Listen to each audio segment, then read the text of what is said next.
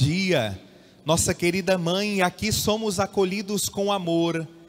E aqui somos convidados a meditar sobre a missão que cada um de nós traz. Todos nós trazemos uma missão. Cada um de nós tem algo para realizar nesta vida. Todos nós temos algo a fazer. E você sabe, a vida é exigente. Muitas vezes tem cobrado de nós, e nós nos cansamos, nós nos fadigamos, e nós precisamos ir encontrando meios para que a nossa missão se desenrole mais facilmente, de uma forma mais tranquila.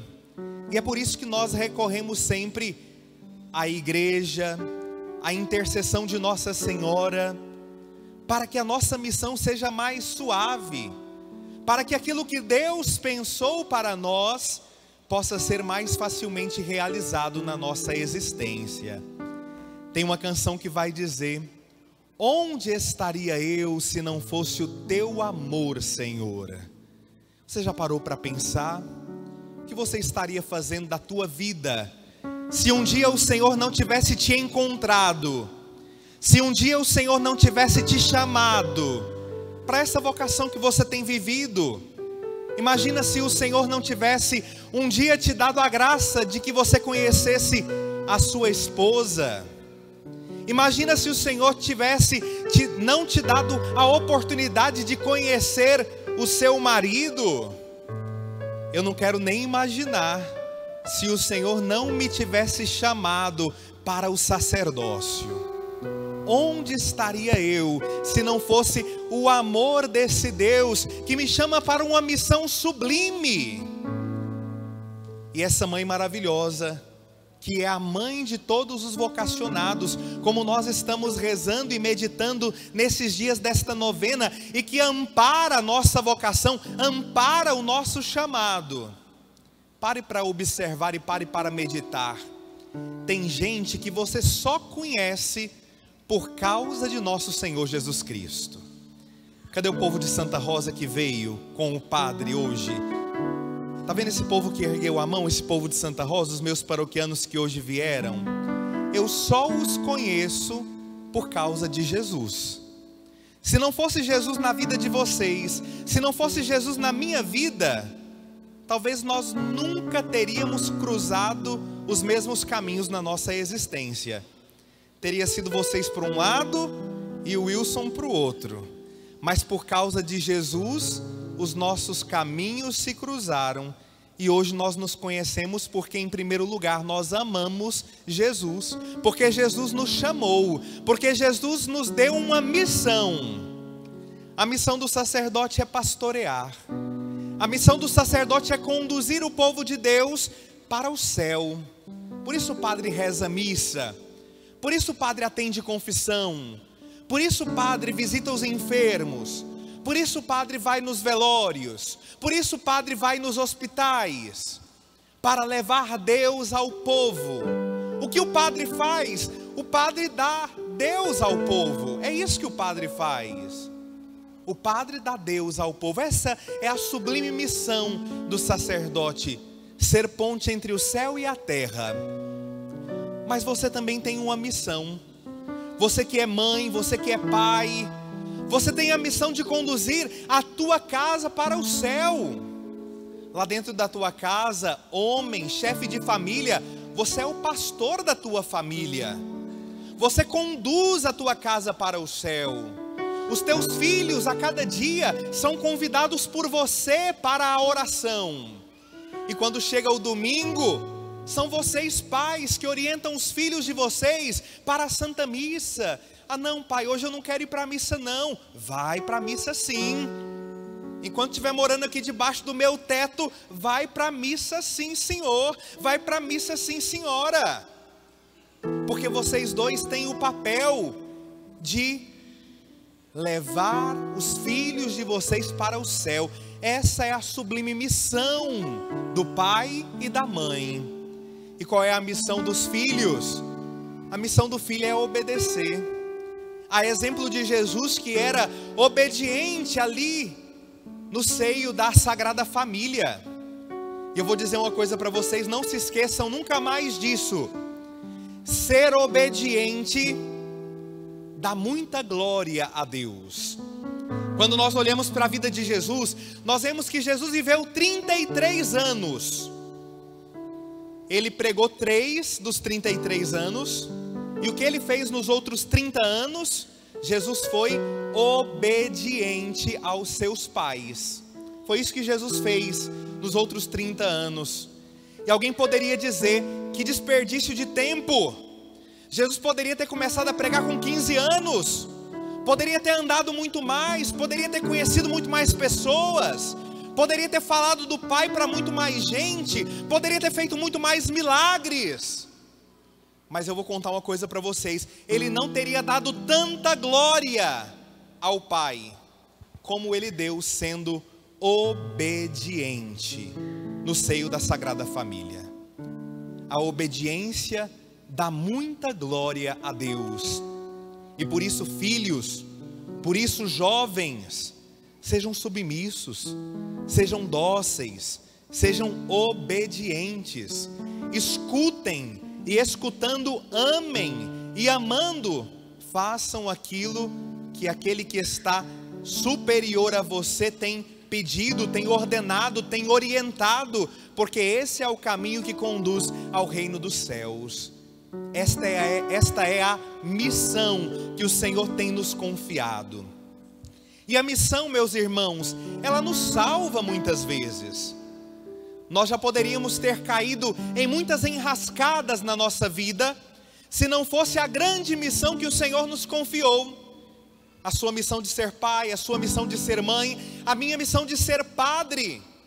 O Senhor tem nos salvado para que nós possamos cumprir bem a nossa missão a cada dia. Eu vou contar para vocês um episódio da vida de Dom Henrique Soares. Eu não sei se vocês chegaram a conhecer esse grande bispo.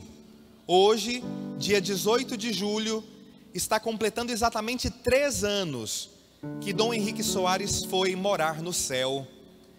Ele há 3 anos atrás falecia vítima da Covid-19. Morreu em fama de santidade. Era bispo de Palmares, no Pernambuco.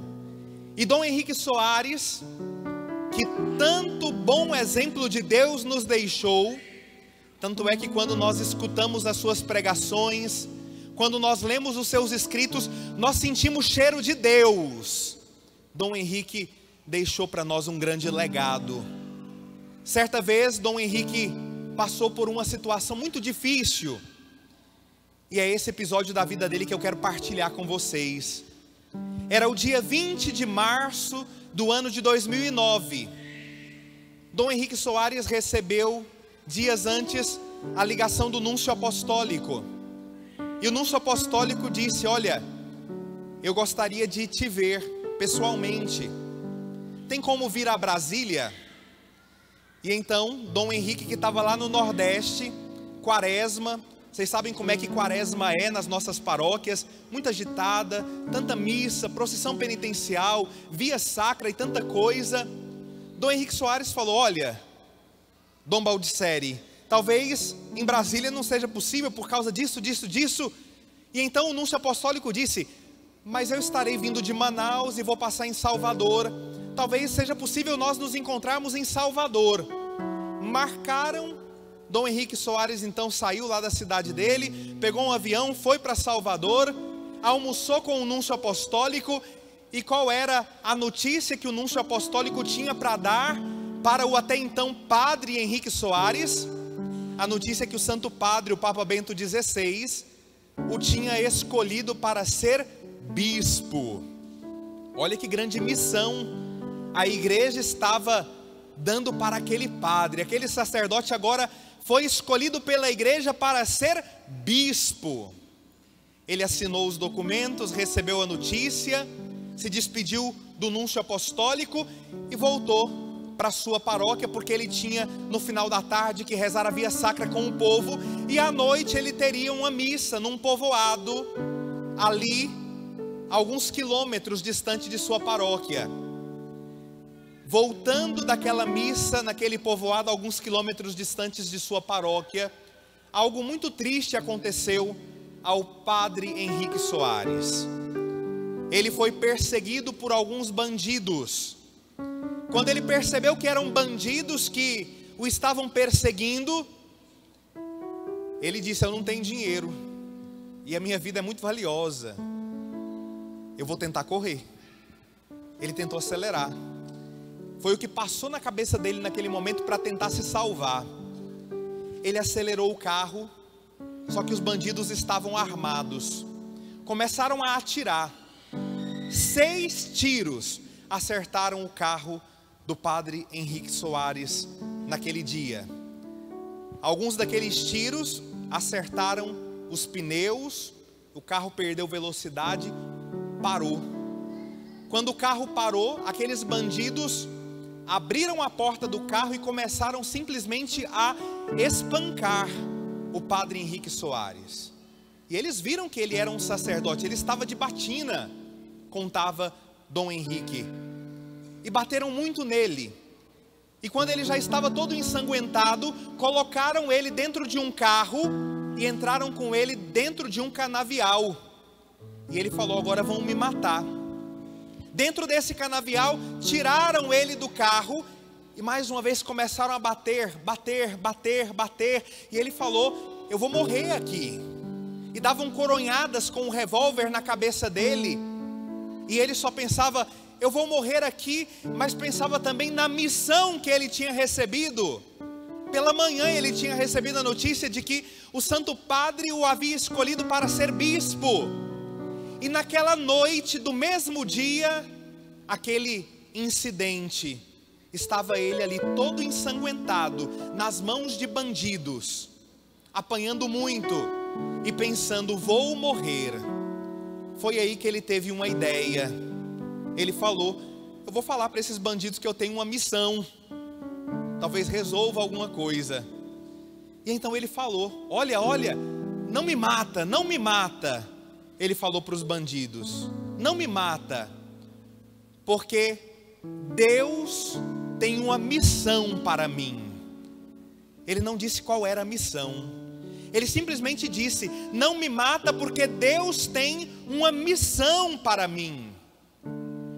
E naquele momento, apenas tendo ele falado essas palavras, ele relata que inexplicavelmente, aqueles homens que estavam batendo nele com tanta gana, como se realmente fossem matá-lo, eles simplesmente pararam de bater nele, abandonaram ali o padre Henrique Soares, totalmente ensanguentado, sem força para se levantar, mas vivo. E Dom Henrique Soares, contando essa história, atribuía a salvação que ele recebeu naquele dia à missão que ele tinha para cumprir, missão que havia sido dada por Deus nosso Senhor. Por causa da missão que Deus tinha para ele, Deus lhe preservou naquele dia a vida. E eu conto essa história no dia de hoje, não apenas porque hoje se completam 3 anos do falecimento desse grande bispo, por quem de modo especial estou rezando nesta Santa Missa, mas eu vos conto também porque essa história de Dom Henrique se encaixa perfeitamente com aquilo que nós escutamos hoje na primeira leitura, meus irmãos. Deus preserva hoje, como nós escutamos agora há pouco, a vida de Moisés.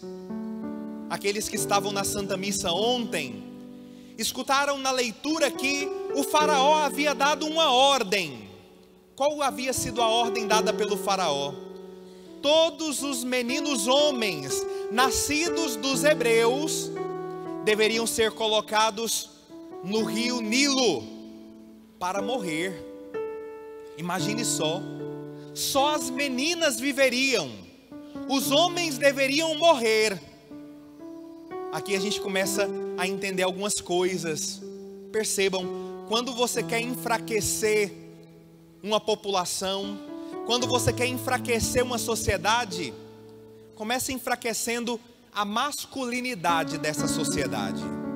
O faraó entendeu isso. O faraó queria o povo hebreu fraco. O faraó não queria mais que eles fossem um povo forte, porque se eles fossem um povo forte, podia ser que eles se virassem contra os egípcios. E então, os egípcios de dominadores passariam para dominados. Parece que o mundo de hoje, parece que os nossos governantes, sobretudo, têm querido também, meus amados irmãos, uma sociedade fraca, porque tem atacado cada vez mais a masculinidade. Eu digo isso e paro, deixo para vocês refletirem, A masculinidade na nossa sociedade tem sido atacada. E quando se ataca a masculinidade, se enfraquece toda uma sociedade. O faraó queria enfraquecer a sociedade e por isso mandou matar todos os homens nascidos dos hebreus. Porém, como nós escutamos na primeira leitura de hoje, Moisés foi encontrado pela filha do faraó. Olha que providência! A filha do faraó encontrou Moisés, que vinha boiando ali nas águas do rio Nilo. Ela então o tira das águas, por providência também a envia para a sua própria mãe. A mãe de Moisés o amamenta. E quando ele cresce, Moisés foi criado no palácio do faraó, no palácio real. E nós, quando olhamos para essa história de Moisés, quando nós olhamos para a maldade do coração daquele faraó, quando nós olhamos para tantos meninos, para tantas crianças do sexo masculino, que certamente foram mortas ali nas águas do rio Nilo, nós ficamos nos perguntando, por que Moisés foi preservado da morte? Por que Moisés, dentre todos aqueles meninos, dentre todas aquelas crianças, por que Moisés foi preservado da morte? E nós podemos chegar à conclusão, meus irmãos, foi por causa da missão que Moisés tinha que cumprir. E qual era a missão de Moisés? Moisés deveria livrar o povo de Deus da escravidão do Egito. Vocês lembram? Moisés foi aquele que abriu o mar vermelho para que o povo passasse a pés enxutos, livrando o povo da escravidão e levando o povo para a terra prometida. Moisés tinha uma missão, e por isso o Senhor o salvou, por isso o Senhor preservou a vida dele. Mas eu quero dizer para vocês, amados irmãos e irmãs, não era apenas Moisés que tinha uma missão, não era apenas Dom Henrique Soares que tinha uma missão. Eu quero que você olhe para essa pessoa que está aí do seu lado, dá uma olhadinha, dá uma espiadinha nessa pessoa que está aí do seu lado. Fala para essa pessoa, você também tem uma missão. Mas fala para convencer a pessoa, fala com força, fala, você também tem uma missão.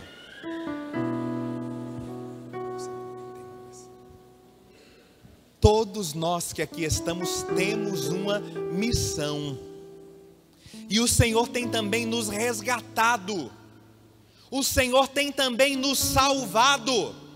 O Senhor tem também nos protegido, para que nós cumpramos a nossa missão. O Senhor tem cuidado de nós. Quem crê nisso, diga amém. O Senhor tem cuidado de nós, para que nós cumpramos com fidelidade a nossa missão. Eu gosto especialmente de uma frase, meus irmãos, de Santa Margarida Maria Alacoque, que foi a vidente do Sagrado Coração de Jesus. Santa Margarida Maria Alacoque dizia que quando ela participava da Santa Missa e ela olhava para o altar, duas coisas lhe chamavam muita atenção.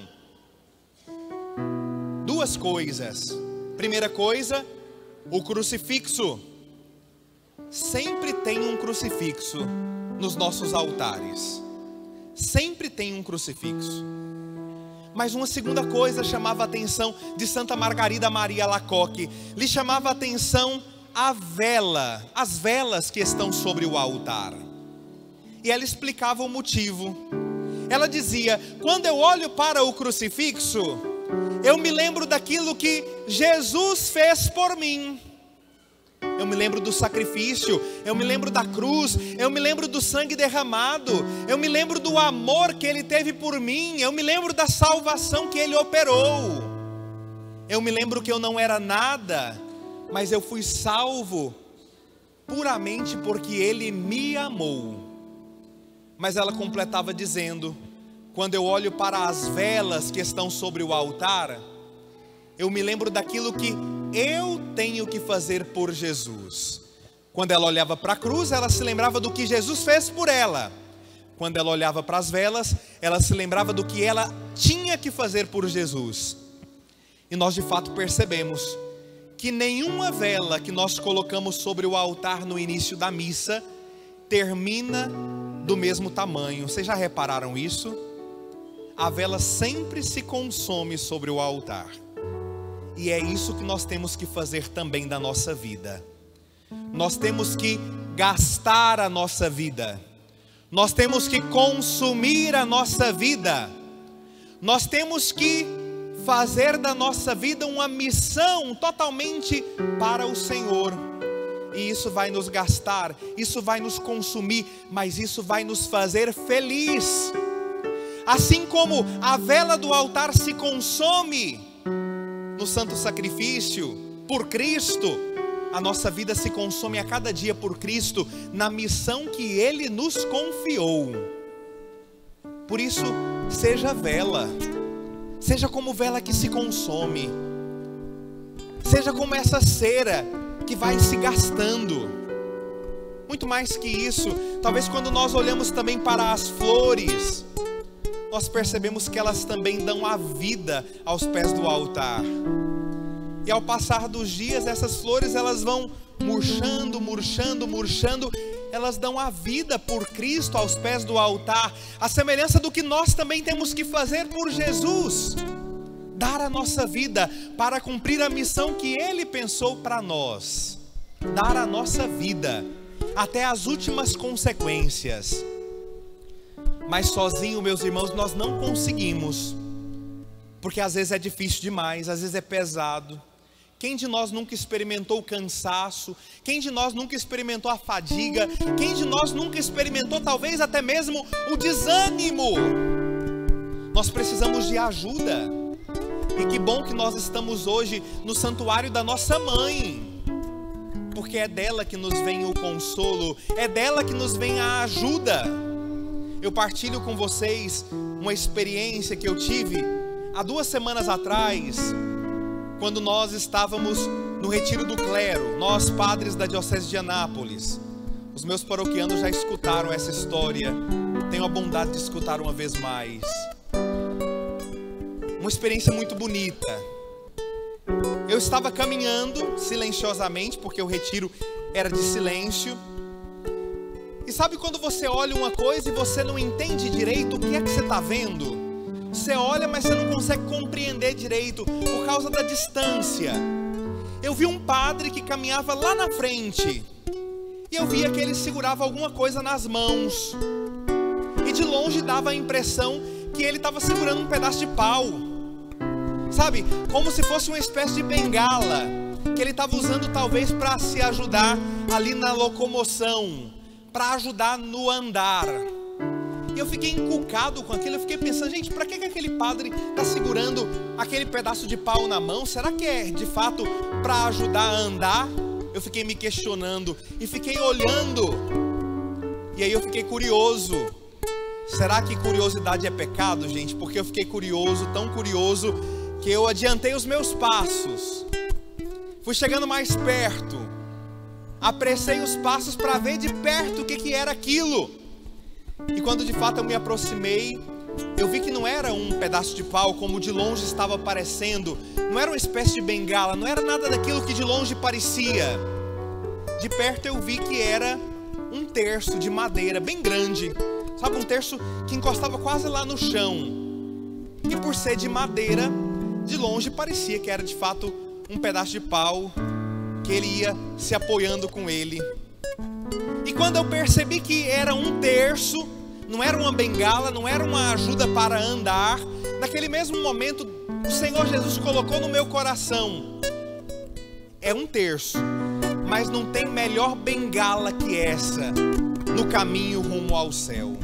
Olha que bonito que o Senhor colocava no meu coração. É um terço, não é uma bengala como você de longe parecia ver, não é um pedaço de pau para ajudar na locomoção, é um terço, mas no caminho rumo ao céu não tem bengala melhor que essa, para quando nós estivermos cansados. Por isso, meu irmão, por isso, minha irmã, se agarre nas mãos de Nossa Senhora, segure o seu terço todos os dias, reze o seu terço todos os dias. Dizem por aí que quando a gente começa a rezar o terço e a gente dorme, já escutaram isso? Que a gente começa a rezar o terço e a gente dorme, o anjo da guarda termina de rezar o terço pra gente. Já escutaram isso? Tem gente que está deixando só o anjo da guarda rezar esse terço. Eu quero começar a falar para você: para de deixar o seu anjo da guarda rezar esse terço sozinho. Comece você a rezar esse terço. Para de ser sonolento na hora da oração. Reze com amor, reze com fé. Tome o Santo Terço como essa ajuda que a Virgem Maria quer te dar a cada momento, para que você caminhe mais perto de Jesus. Eu tenho certeza que todos nós que estamos aqui temos situações que nós queremos apresentar à Nossa Senhora. Situações que vão nos atrapalhando muitas vezes no cumprimento da nossa missão, da missão que o Senhor nos confiou. Talvez alguma preocupação, talvez uma doença que chegou agora, recentemente, para você mesmo ou para alguém da sua casa. Talvez algum problema no seu trabalho que você não esteja conseguindo resolver. Talvez uma briga na sua família. Não sei, eu não sei como é que você chegou aqui nesse santuário hoje, mas eu sei o segredo que pode acalmar o seu coração. O segredo é segurar nas mãos da Virgem Maria. Onde é que a Virgem Maria estava no pior momento da vida dela, meus irmãos? A Virgem Maria, no pior momento da vida dela, estava aos pés da cruz de nosso Senhor. E eu quero te dizer que se você confiar em tão boa mãe, nos piores momentos da sua vida, Nossa Senhora também vai te trazer aqui, para os pés da cruz de Jesus, para os pés de quem pode resolver todos os problemas. Basta que você confie, basta que você se entregue. Por isso eu quero te convidar a ficar de pé nesse momento. E eu quero te convidar a elaborar do seu coração a sua prece para Nossa Senhora. Vai dizendo para ela: minha mãe, aqui estou eu.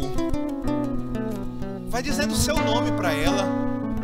Aqui estou eu, Padre Wilson, que cheguei aqui depois de um dia tão cansativo, mãe. Terceira missa do dia de hoje.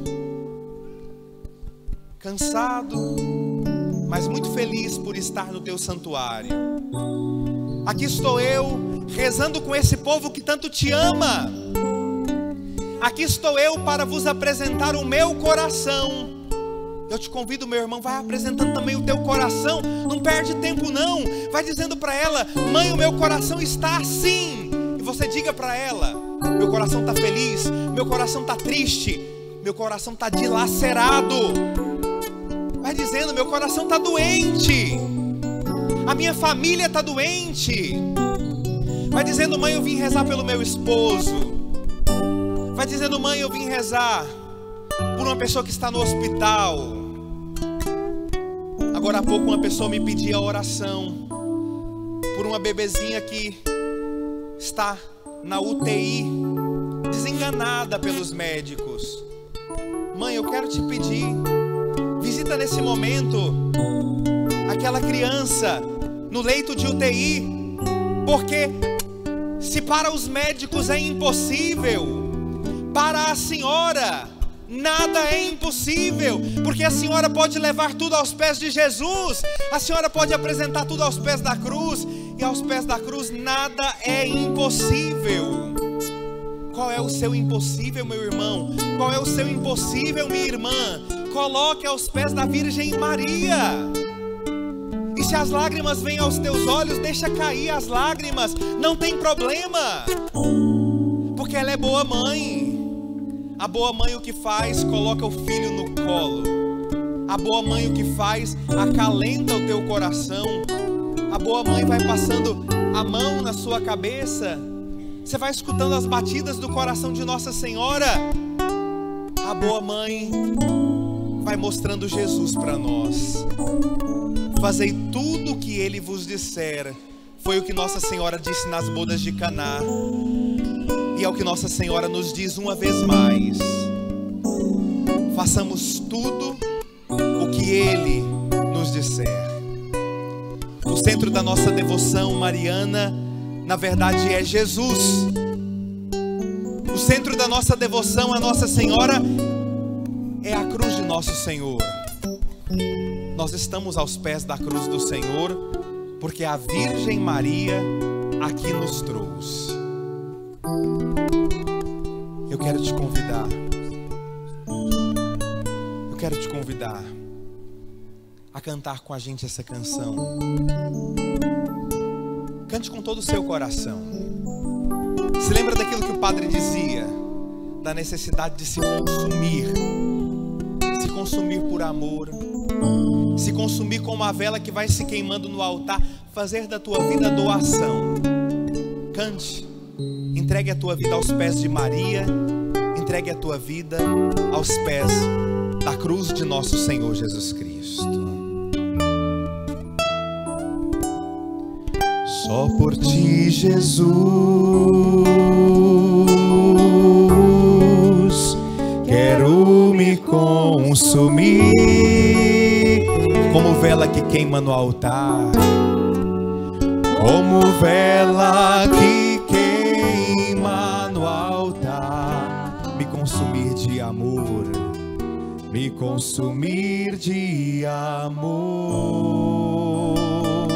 Só em ti, Jesus, quero me derramar. Só em ti, Jesus, quero me derramar.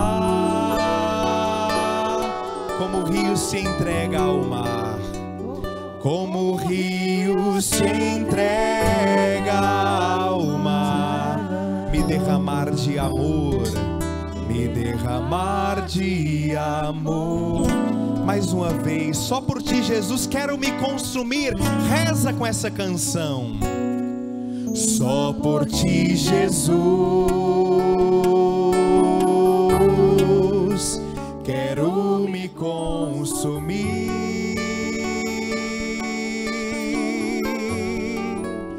como vela que queima no altar, me consumir de amor.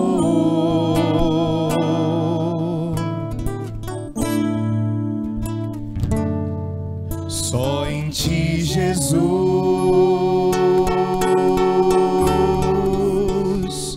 quero me derramar.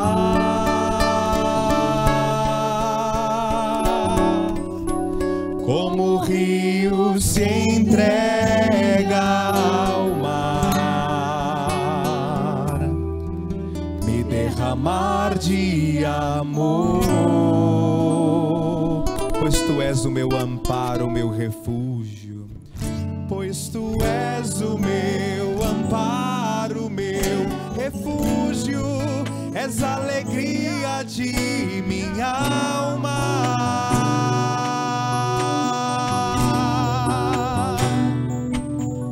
Só em ti repousa minha esperança. Não vacilarei,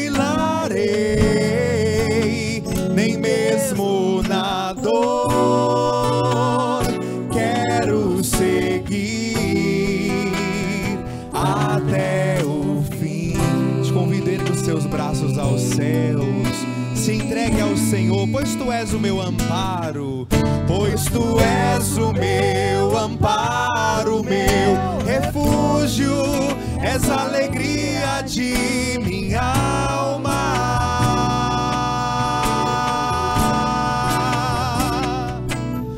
Só em ti repousa minha esperança, não vacilarei,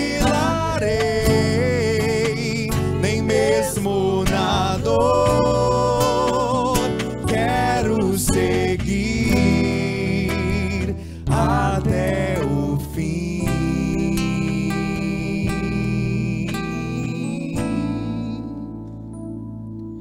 Só por ti, Jesus,